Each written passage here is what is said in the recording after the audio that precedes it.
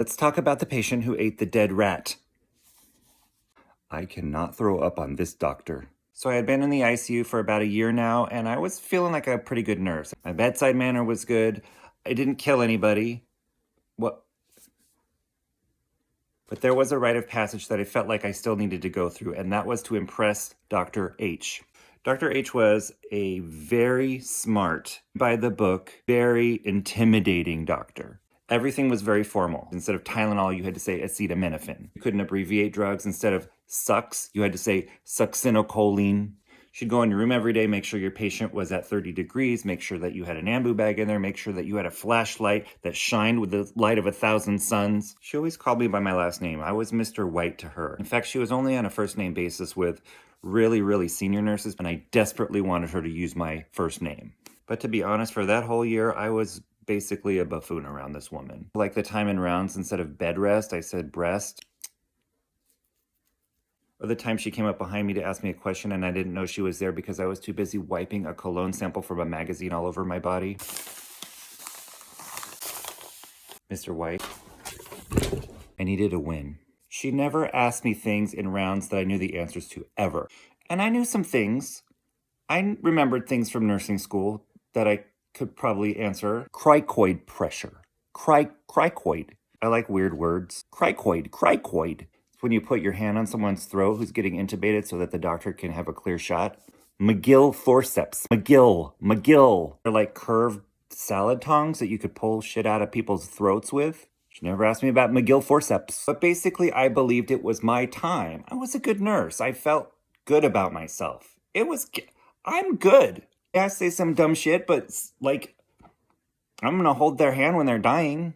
So on this particular night, Dr. H is on call. And the first thing we did, for some reason, is present her with red sneakers. I'm not sure the significance of the red sneakers. You know I signed that card, right? I was like, oh, Andrew. She loved the shoes. She put them on. I got through rounds with her, and I didn't say breast.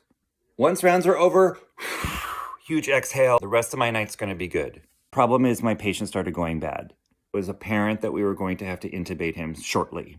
Dr. H is going to come up. She's going to intubate my patient. I'm going to have to help her. I'm going to have game. She gets to the head of the bed. The respiratory therapist is there. I'm there. Other nurses' patient's oxygen level is 86. Mr. White, please give the patient 50 milligrams of succinylcholine. I know what that is. Succinylcholine in. She starts looking in the mouth. I think I'm going to need that flashlight.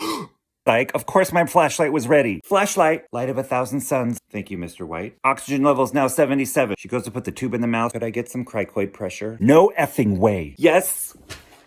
Cricoid pressure. Oh my God. Thank you again, Mr. White. Oxygen level is 70. Still, it's not going in. What do you think she asked for? Oh my God.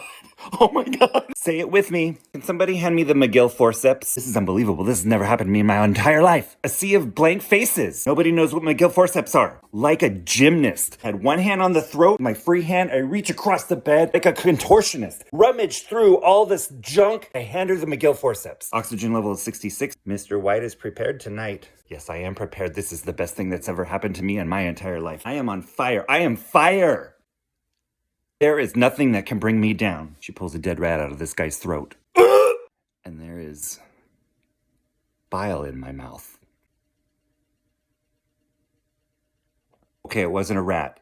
It was this conglomeration of dead skin cells and dried mucus and probably food and hair, but I swear to God, it had teeth and a tail and in my mind went rat. I went rat. She's holding it inches from my face. I can't move. I'm holding this guy's throat. I had to be the cricoid pressure guy. I had to be, remember? Cricoid pressure.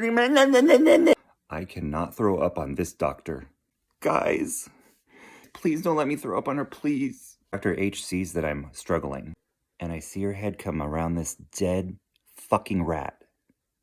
And she looks at me. She smiles.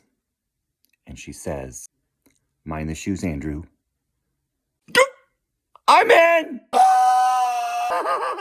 I've been everywhere, man, looking for someone. Alright, it's about damn time. The rat goes in the trash, the tube goes in the throat, the oxygen level goes back up to 100%. I don't throw up, and she calls me Andrew for the rest of my life. If you're new to something, but you are passionate about it, you believe in what you're doing, Keep going. What you're doing has value. People will know your name.